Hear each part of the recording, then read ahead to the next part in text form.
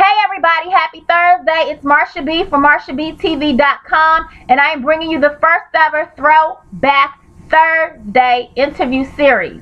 My interview for today is going to be a 4-part series. It is with the one and only bad boy hitman, Chucky Thompson. Chucky Thompson is a DC native.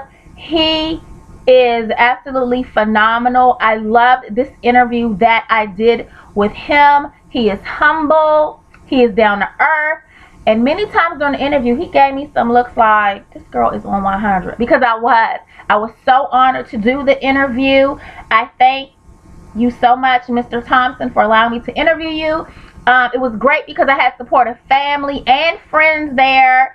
A mutual friend of ours, initials DB. He didn't say I could give his name, so I'm just saying, DB, thank you so much. I'm indebted to you. Again, the interview was phenomenal. The outtakes were hilarious.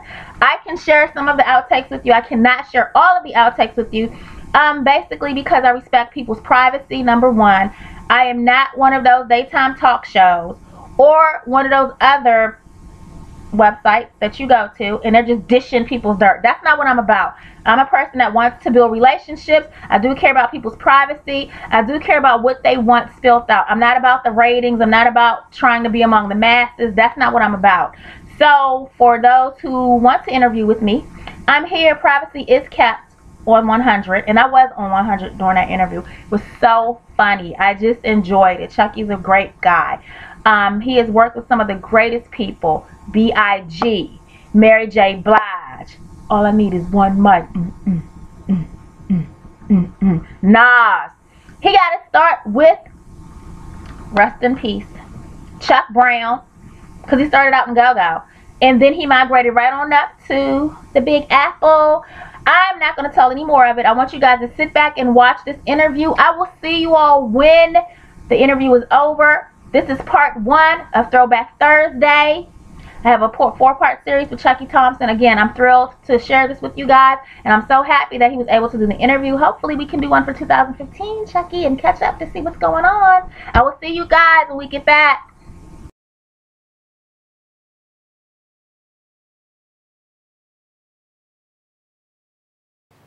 Thank you so much, Mr. Thompson, for coming out today. You're welcome. Really appreciate you interviewing. I'm totally honored for you to be here today. That's all right. One of the first questions that I do have for you, for the generation that is out there now, please let them know how you got your start and all the great people that have worked with you. Well, how did I get my start? In production was basically, I played with a lot of go-go bands from DC, and it just got to a point where, you know, I played with one of the top go-go bands here, which was Chuck Brown and the Soul Searchers. And I guess after we played the Capitol Center, which was a pinnacle of just DC culture at the time, I just said, okay, well, what's next? You know, just kind of felt like something else was next. And I was actually working a job. It was a job doing audio visuals. And a good friend of mine worked there, and she had this keyboard. And it pretty much did, at that particular time, it was like the early 90s. And it did pretty much everything that was happening in music. It was a sampler and keyboard. And she basically let me keep it. Her name is Elise Perry. She just said, look, you can keep my keyboard. So I kept the keyboard, and I basically, with me living right around the corner from Howard University, there was a lot of aspiring young artists just in the neighborhood. And I said, well, you know what? Let me see what my production skills, because I could play a lot of different instruments. You know, I play like 7 or 8 different instruments. So in looking into what a producer actually does is basically incorporating all of those instruments and then also arranging.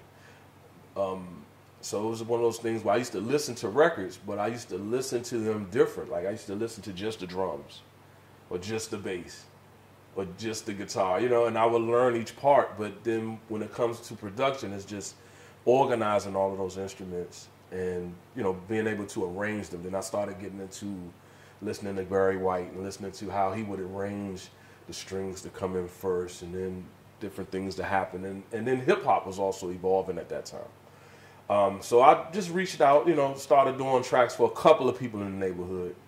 My first session, I charged like $10. It was down there all day long. I said, you know what, I think I need to charge more. But I didn't really do it for the money. I did it to get the experience of working with different people and just making sure that they were happy with what I was doing. And the more that I did it, the more just, became, learning song structure and just kind of filling out the areas of actually making records.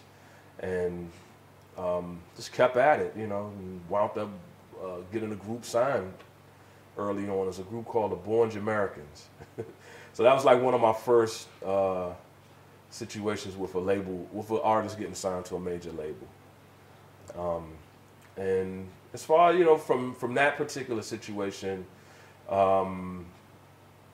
started to look at what was happening in the music industry at the time. And I guess right around that time, there was a young executive, was a guy named Puffy Combs, that was on his way up. And he produced the artist Mary J. Blige. And at that particular time in my production skills, and then what I was hearing happen with him and her, I just felt like things were kind of aligning themselves to the point that I started to seek out, what was going on with his career. He had actually got fired. And, just kept in touch and tried to push my records to him. And it was a mutual friend that we had, and I wound up being able to get some records in his hands, and that's pretty much the start of it all. How did you like that? That was just a little snippet, but we have 3 more parts to go. That was part 1 of Marsha B TV's Throwback Thursday with Chucky Thompson. When you see next week, it's going to be really good. He is talking about hustling beats, and he's like looking at me like, you need to explain that. What do you mean hustling beats? Yeah, explain that. Wait till you see that. Great things. We have a questionnaire game going back and forth, and I might share just an outtake with you. I thank you guys so much for tuning in for the first episode of Throwback Thursday. Again, if you guys are interested in being in on my show, contact me, MarshaBTV.com, info@MarshaBTV.com.